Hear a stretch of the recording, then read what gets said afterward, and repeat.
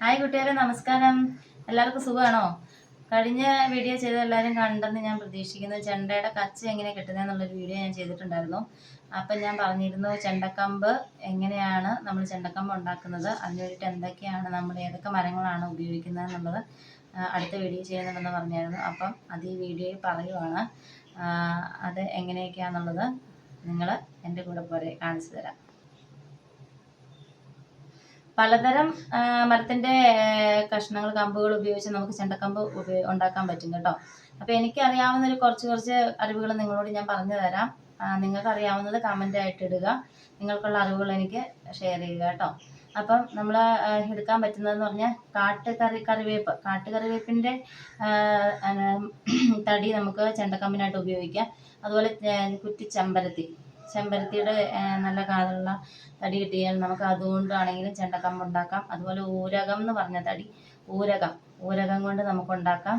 അതുപോലെ ഉന്നം കൊണ്ട് നമുക്ക് ഉണ്ടാക്കാൻ പറ്റും. പിന്നെ കാപ്പിയുടെ കമ്പ്, നല്ല കാതുള്ള കാപ്പിയുടെ കമ്പ് കൊണ്ട് നമുക്ക് ചെണ്ടക്കമ്പ് ഉപയോഗിക്കാൻ പറ്റും. അതുപോലെ മടക്ക, ഗന്ധരാജൻ, വാളംപുളി, രാജമല്ലി, അതുപോലെ പതിമുഖം എന്ന് പറഞ്ഞാൽ നമ്മൾ അറിയാലോ, വെള്ളം തിളപ്പിച്ച് കുടിക്കാനൊക്കെ ഉപയോഗിക്കുന്ന ഒരു മരമാണ്. അപ്പോൾ അതുകൊണ്ടാണെങ്കിലും നമുക്ക് ഉപയോഗിക്കാൻ പറ്റും. ഇത് പതിമുഖം കൊണ്ടുണ്ടാക്കിയൊരു കമ്പാണ് കേട്ടോ. അപ്പോൾ അത് ഉണ്ടാക്കി കഴിയുമ്പോൾ അതിൻ്റെ കളർ തന്നെ കണ്ടാൽ അറിയാമല്ലോ, ഇത് നമ്മൾ പതിമുഖം കൊണ്ടുണ്ടാക്കിയ കമ്പാണ്. ഇതൊക്കെ നമുക്ക് പെട്ടെന്ന് പൊട്ടിപ്പോകില്ല. അതൊക്കെയാണ് ഇതിൻ്റെ പ്രത്യേകത. ഇത് പതിമുഖത്തിൻ്റെ കമ്പാണ് കേട്ടോ. 1.5 അടി നീളത്തിലാണ് നമ്മൾ കമ്പ്, ഏത് മരത്തിൻ്റെ ആണെങ്കിലും നമ്മൾ 1.5 അടി വീതിക്കാണ് നീളത്തിലാണ് കമ്പ് മുറിക്കേണ്ടത്. അപ്പം അതിനുശേഷം ഇതിപ്പോൾ ഞാനൊരു ഉദാഹരണത്തിന് നിങ്ങളെ കാണിക്കാൻ വേണ്ടി എടുത്തതാണേ. അപ്പോൾ അത് കഴിഞ്ഞിട്ട് ഇത് കുത്തിച്ചാരി വെച്ചിട്ട് അതിൻ്റെ നേർവരുത്തം കണ്ടോ, നേർവരുത്തം ആ ഭാഗം ഒരു ദിവസം നമ്മൾ ഈ വെട്ടിയെടുത്ത ശേഷം ഒരു ദിവസത്തെ കഴിഞ്ഞിട്ട് ഇത് ചെയ്യാൻ എടുക്കാവുള്ളൂ കേട്ടോ. ജസ്റ്റ് ഒന്ന് വെള്ളം ഒക്കെ ഒന്ന് ഉണങ്ങിപ്പോകാനായിട്ട്. ഉണങ്ങിപ്പോകരുത് കമ്പ്, ജസ്റ്റ് വെള്ളം ഒന്ന് പോകാൻ വേണ്ടി. അത് കഴിഞ്ഞ് ഇത് നേർവരുത്തം നോക്കി നമ്മൾ ഉളുക്കി കുത്തി ഷേപ്പാക്കി എടുക്കുക. നമ്മൾ ഈ കമ്പ് എടുക്കുമ്പോൾ നമുക്ക് എത്ര കമ്പാണോ ആവശ്യം അത്രയും കമ്പ് എടുത്തത് ഇത് നേരെ ലെവലാക്കി വെക്കുക. ഈ കമ്പ് നമ്മൾ ചെയ്തേക്കുന്ന പോലെ ഈ കമ്പ് എടുക്കുമ്പം ഇപ്പം 5 കമ്പാണ് വേണ്ടതെങ്കിൽ ഇത് നമ്മൾ നേരെ ലെവലാക്കി ചെത്തിയെടുക്കുക. ഉളുക്കി കൊത്തി റെഡിയാക്കി എടുക്കുക. ഉളുക്കി ചീകി എടുത്ത ശേഷം കിട്ടിയ കമ്പാട്ടോ ഇത്. നമ്മൾ ഉളുക്കി ചീകി എടുത്ത് കഴിയുമ്പോൾ ഏറെക്കുറെ ഇങ്ങനെ ഇരിക്കും. ഇത് വളച്ചതല്ല, നമ്മൾ ഇതുപോലെ ആക്കി എടുക്കണം. അപ്പോൾ ഇത് അങ്ങനെ അത് കഴിയുമ്പോഴത്തേക്ക് ഇതിൻ്റെ ഈ റൗണ്ട് ഉളുക്കി ചീകുമ്പോൾ ഇവിടെ കറക്റ്റ് റൗണ്ട് ഭാഗം പോലെ വരണം. ഇത് കണ്ടോ, ഇതുപോലെ റൗണ്ടായിട്ട് കിട്ടണം. റൗണ്ടായിട്ട് കിട്ടിയ ശേഷം നമ്മൾ ഇത് വളയ്ക്കാനായിട്ട് ഈ കമ്പിൻ്റെ ഈ തുമ്പ ഭാഗത്തുനിന്ന് ഒരു 4 വിരൽ വീതിയിൽ വേണം നമ്മൾ, ഒരു 3-4 വിരൽ വീതിയിൽ വേണം നമ്മൾ വളയ്ക്കാനായിട്ടൊരു അളവെടുക്കാനായിട്ട്. ഈ 4 വിരൽ വീതിയിൽ അളവെടുത്ത ശേഷം ഇതുപോലെ ഒരു കഷ്ണം കമ്പ്, ഇതിപ്പോൾ ഞാനൊരു ഉദാഹരണത്തിന് എടുത്താൽ ഇച്ചിരിയുടെ വീതി ഉണ്ടെങ്കിലും കുഴപ്പമില്ല, നീളമുണ്ടെങ്കിലും കുഴപ്പമില്ല. ഇങ്ങനെ ഒരു കമ്പ് എടുത്ത ശേഷം നമ്മൾ അളന്നെടുത്തിട്ടുണ്ടല്ലോ 4 വിരൽ വീതി, അതിൽ കുറച്ചുകൂടെ വീതി എടുത്തിട്ട് ഇവിടെ പേനയ്ക്ക് നമ്മൾ അടയാളപ്പെടുത്തി ഒരു റൗണ്ട് ഷേപ്പ്, എങ്ങനെയാണോ കമ്പ് വളയ്ക്കേണ്ടത് ഒരു റൗണ്ട് ഷേപ്പിൽ നമ്മൾ അടയാളപ്പെടുത്തണം. എന്നിട്ട് ഒരു 1.5 ഇഞ്ച് ഭാഗം താഴത്തോട്ടും കൂടെ അടയാളപ്പെടുത്തി ഉളുക്കി കട്ട് ചെയ്തെടുക്കുക. അത്രയും ഭാഗം ഉളുക്കി കട്ട് ചെയ്തെടുത്ത ശേഷം ഇത് നമ്മൾ ഉളുക്കി കുത്തി ചെയ്യ ശേഷം നമ്മൾ വളയ്ക്കാൻ വേണ്ടിയിട്ട് ഇത് അലുമിനിയത്തിൻ്റെ കുടമോ കലമോ, അലുമിനിയത്തിൻ്റെ ഇച്ചിരി വലിയ കുടമായിരിക്കും നല്ലത്. നമ്മൾ പുട്ടുംകുടം പോലത്തെ കുടമില്ലേ, അപ്പോൾ ഒരു 3-4-5 എണ്ണം ഒക്കെ ഉള്ളെങ്കിൽ ഒരു പുട്ടുംകുടത്തിൽ നമുക്കിത് ചെയ്യാൻ പറ്റും.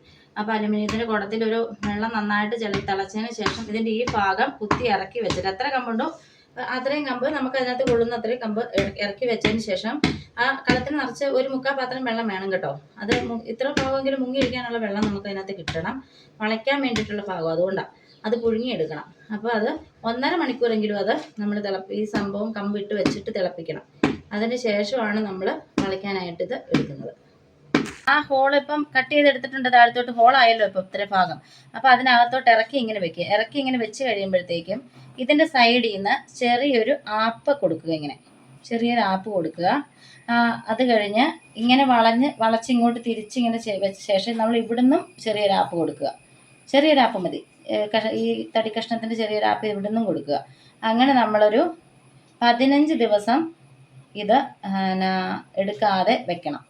അതിന് ശേഷമാണ് കമ്പ് ഇങ്ങനെ ഈ സൈസായിട്ട് വളഞ്ഞ് റെഡി ആയിട്ട് കിട്ടുള്ളൂ കേട്ടോ. കുപ്പിച്ചില്ല് ഉപയോഗിച്ചിട്ട് നമ്മളിത് മിനുസപ്പെടുത്തി എടുക്കുന്ന കാര്യമാണ് പറയുന്നത്. അത് മിനുസപ്പെടുത്തി എടുക്കുമ്പോൾ കമ്പി ഇങ്ങനെ കുത്തി വെക്കുമ്പോൾ ഇങ്ങനെ തെന്നി പോകാൻ സാധ്യതയുണ്ട്. അപ്പോൾ നമ്മളിങ്ങനെ ഒരു കട്ടയിലോ ഇതുപോലൊരു ചെറിയ ഹോൾ ഉണ്ടാക്കണം. ഇതുപോലൊരു ചെറിയ ഹോൾ ഉണ്ടാക്കിയ ശേഷം, ഇതിപ്പോൾ ചുമ്മാ ഇവിടെ ഇരുന്നൊരു തടിയാണ് കേട്ടോ, ഇതിന് വേണ്ടി ഉണ്ടാക്കിയതല്ല, നിങ്ങളിത് കാണിച്ചു തരാമില്ലേ. അപ്പോൾ അതിനകത്തോട്ട് ഇങ്ങനെ വെച്ചേക്കുവാണെങ്കിൽ കമ്പ് അവിടെ ഇരുന്നോളും.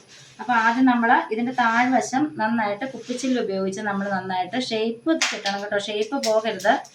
അത് കറക്റ്റായിട്ട് നമ്മൾ ഇങ്ങനെ ഉരച്ച് അത് ഷേപ്പാക്കി എടുക്കുക. അതിനുശേഷം മേൽഭാഗം ചെയ്യുക.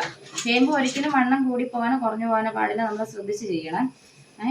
അത് കഴിഞ്ഞിട്ട് നമ്മൾ 110-ന്റെ ക്ലോത്ത് പേപ്പർ ഉപയോഗിച്ച് നമ്മളിത് ശരിക്കും മിനുസപ്പെടുത്തി എടുക്കുക.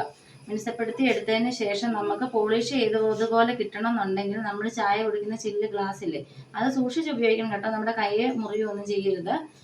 ആ ഗ്ലാസ് ഉപയോഗിച്ച് നന്നായിട്ട് ഇങ്ങനെ പതുക്കെ ഉരച്ചെടുക്കുകയാണെങ്കിൽ നല്ല പോളിഷ് ചെയ്തുപോലെ നല്ല മിനുസപ്പെടുത്തി കിട്ടും. അപ്പം നമുക്കിത് ഇടങ്കമ്പായോ വലങ്കമ്പായോ ആണ് ഉപയോഗിക്കാൻ പറ്റുന്നതെന്ന് നോക്കിയിട്ട് നമ്മുടെ ഇഷ്ടാനുസരണം ഉപയോഗിക്കാം. പിന്നെ പറയാനുള്ളത്, ഇത് നമ്മൾ എടുക്കുന്ന സമയത്ത് വണ്ണം കുറഞ്ഞു പോകാന്നുണ്ടെങ്കിൽ ഇതുപോലെ ബാൻഡേജ് ഇടാറുണ്ട്. അത് മെഡിക്കൽ സ്റ്റോറിൽ മേടിക്കാൻ കിട്ടുന്ന കേട്ടോ. നമുക്ക് ഈ ബാൻഡേജ് ഇട്ട് കഴിയുമ്പോൾ നമുക്ക് കൈക്ക് പിടിക്കാനായിട്ട് കിട്ടും. കൈക്ക് പിടിക്കുമ്പോൾ ഒരു ഇത് കിട്ടണമെങ്കിൽ നമുക്ക് ഇങ്ങനെ ചെയ്തെടുക്കാം. നമ്മുടെ കൈക്ക് പാകമാണോ അല്ലയോ എന്നുള്ളത് നമുക്ക് തന്നെ അറിയാമല്ലോ. അപ്പോൾ അത് നമ്മൾ ചെയ്യുക എങ്ങനെയാണെന്ന് വെച്ചാൽ. അപ്പോൾ ഇതാട്ടോ ഇന്നത്തെ വീഡിയോ. എല്ലാവരും എൻ്റെ വീഡിയോയ്ക്ക് സപ്പോർട്ട് ചെയ്യുക.